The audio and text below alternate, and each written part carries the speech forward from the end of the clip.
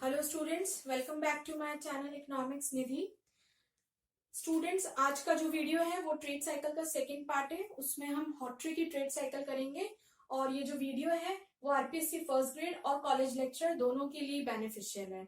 Let's start today's topic, Hawtrey's trade cycle. देखिए, Hawtrey की जो ट्रेड साइकिल थी, हॉटरी ने अपनी ट्रेड साइकिल बताया था। उसने बोला कि जो ट्रेड साइकिल है, जो व्यापार चक्र है, वो एक मौद्रिक समस्या है, सिर्फ और सिर्फ एक मौद्रिक समस्या है। उन्होंने सिर्फ मौद्रिक समस्या पे कॉन्सेंट्रेट किया। उन्होंने बोला कि व्यापार चक्र होता क्या है। उन्होंने बोला कि जब भी व्यापारियों की ओर से मनी डिमांड यानी कि मुद्रा की मांग के प्रवाह में परिवर्तन होता है तो उसके कारण व्यापार चक्र जो है वो उत्पन्न हो जाता है। अब ये क्या चीज है, इसको समझने की जरूरत है। मुद्रा की मांग व्यापारी वर्ग करेगा। कब करेगा? मुद्रा की मांग या तो वो बढ़ाएगा, परिवर्तन का मतलब या तो वो बढ़ाएगा या वो क्या करेगा, कम करेगा। बढ़ाएगा कब वो मुद्रा की मांग को? जब उसे बैंक साख सुविधाएं जो है वो इजीली मिल रही हो। ठीक है, ओके। कम कब करेगा? जब उसे बैंक साख सुविधाएं लेने में बहुत परेशानी हो रही हो। किसे? व्यापारी वर्ग को। तो यानी कि कभी मनी डिमांड जो है, मुद्रा की मांग बढ़ेगी, कभी घटेगी। और जब इनमें परिवर्तन होता है तो वो परिवर्तन ही जो है वो क्या कहलाता है? व्यापार चक्र। फाइन। तो इसका मतलब क्या हो गया?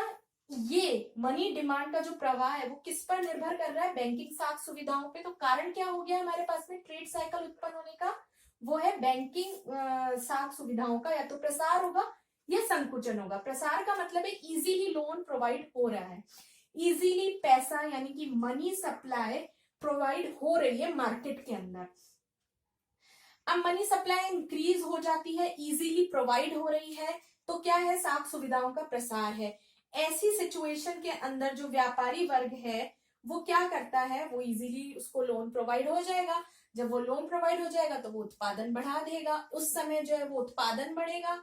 उत्पादन बढ़ेगा तो साधनों की मांग बढ़ेगी, साधनों की मांग बढ़ेगी तो उसकी इनकम बढ़ेगी। अब ये देख लेते हैं हम इसके अंदर कि जब ये सिचुएशन आ रही है, ट्रेड साइकिल हो रही है, तो ट्रेड साइकिल में मैंने आपको बताया था या तो प्रसार की स्थिति होती है यानी या तो बूम आता है, या फिर बूम आने के बाद में, यहाँ पीक पॉइंट पर आने के बाद में ये दोबारा रिसेशन की ओर आता है और फिर उसके बाद रिकवरी होती है। तो यानी कि या तो हम प्रसार की स्थिति में होंगे या संकुचन की स्थिति में होंगे, या तो समृद्धि काल होगा या मंदी काल होगा।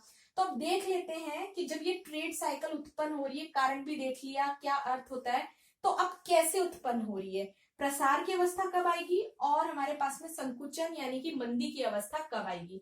चलिए देखते हैं। अब देखिए, अब समृद्धि की अवस्था कब आती है। मैंने आपको बताया कि जब बैंक इजीली आपको लोन प्रोवाइड करा देगा यानी अपनी साख सुविधा में विस्तार कर देगा। अब ये विस्तार वो दो तरीके से कर सकता है। या तो हो सकता है वो रेट ऑफ इंटरेस्ट को बहुत कम कर दे, या ये भी हो सकता है कि वो अपनी जो सिक्योरिटीज है उनको क्या कर ले, खरीद ले। क्योंकि जब खरीदेगा, जब उनकी खरीदेगा, उनको परचेज करेगा उनको, तो बदले में क्या देगा? पैसे देगा। पैसे देगा तो मनी सप्लाई व्यापारियों के पास में बहुत ज्यादा बढ़ जाएगी। तो उससे क्या, तो ये मनी डिमांड हमारे पास में जैसे ही रेट ऑफ इंटरेस्ट कम हुई या वो खरीदने के लिए आतुर हुआ तो मनी डिमांड व्यापारियों की ओर से क्या हो गई? इंक्रीज हो गई। अब जैसे ही उनके पास में मनी आ गई तो उन्होंने क्या किया? उत्पादन जो है वो बहुत ज्यादा कर दिया। जब उत्पादन ज्यादा होने लगा तो वस्तुओं की जो मांग है वो बढ़ने लग गई। देखिए, उत्पादन बढ़ने का जो सबसे पहला प्रभाव पड़ेगा वो वस्तुओं की मांग पर कैसे पड़ेगा? जैसे ही उत्पादन बढ़ा है तो उत्पादन बढ़ने से जो उत्पादन से रिलेटेड जो फैक्टर है, जो जितने भी फैक्टर्स थे उन सबकी डिमांड बढ़ गई। ठीक है, फैक्टर डिमांड इंक्रीज हुई सबसे पहले। इस चीज को समझिए, क्योंकि उत्पादन करने के लिए क्या चाहिएगा? हमें फैक्टर्स चाहिए। तो फैक्टर्स की डिमांड इंक्रीज हुई। जब फैक्टर्स की डिमांड इंक्रीज हुई तो फैक्टर की इनकम यानी उत्पादन के जो साधन थे इनकी इनकम भी इंक्रीज हो गई।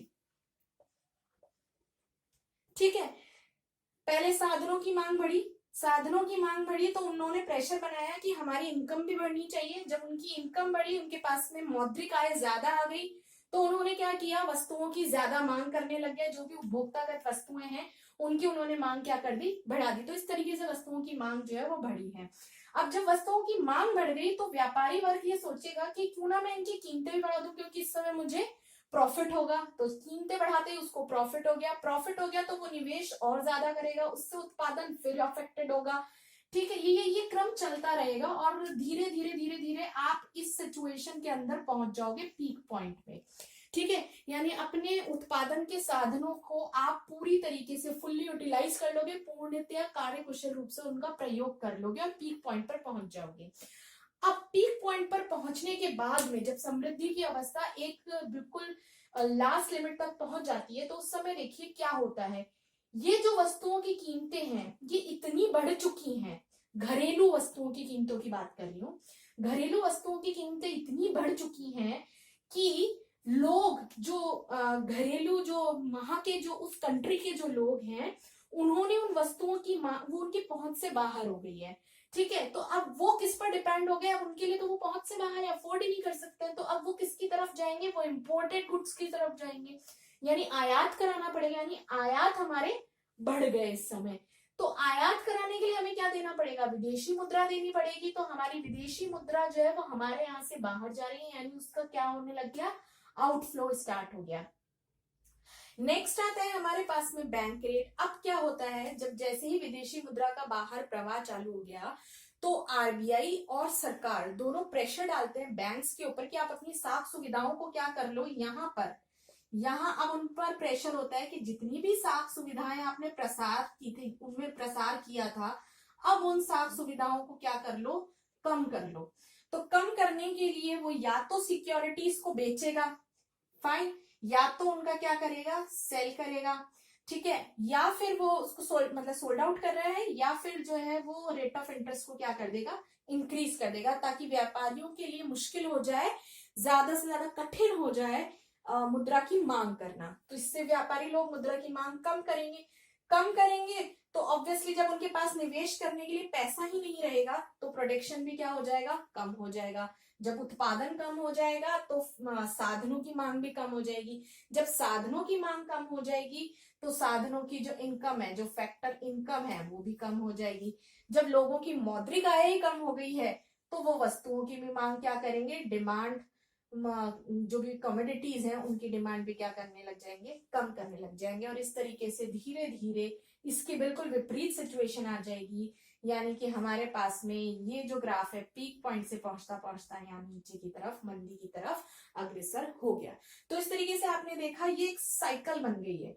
फिर अगेन जब ये बिल्कुल डीप पॉइंट में चला जाएगा, अगेन रिकवरी की सिचुएशन होगी, नया इन्वेस्टमेंट होगा, और फिर ये दोबारा से जो है वो समृद्धि की तरफ चलने लग जाएगा। तो इस तरीके से ये व्यापार चक्र हमारे पास चलता रहता है। लेकिन इसका मुख्य कारण क्या है, बैंकिंग साख सुविधाओं का प्रसार या संकुचन। ठीक है, ओके फाइन। तो ये था हमारा आज का हॉट्रे का ट्रेड साइकिल। इसी के साथ आज का वीडियो जो है वो फिनिश होता है। स्टूडेंट्स यदि आपको ट्रेड साइकिल का ये पार्ट अच्छा लगा हो, क्योंकि नेक्स्ट पार्ट में हम हाइप का करेंगे, तो आप प्लीज लाइक और सब्सक्राइब कीजिए। Thank you very much.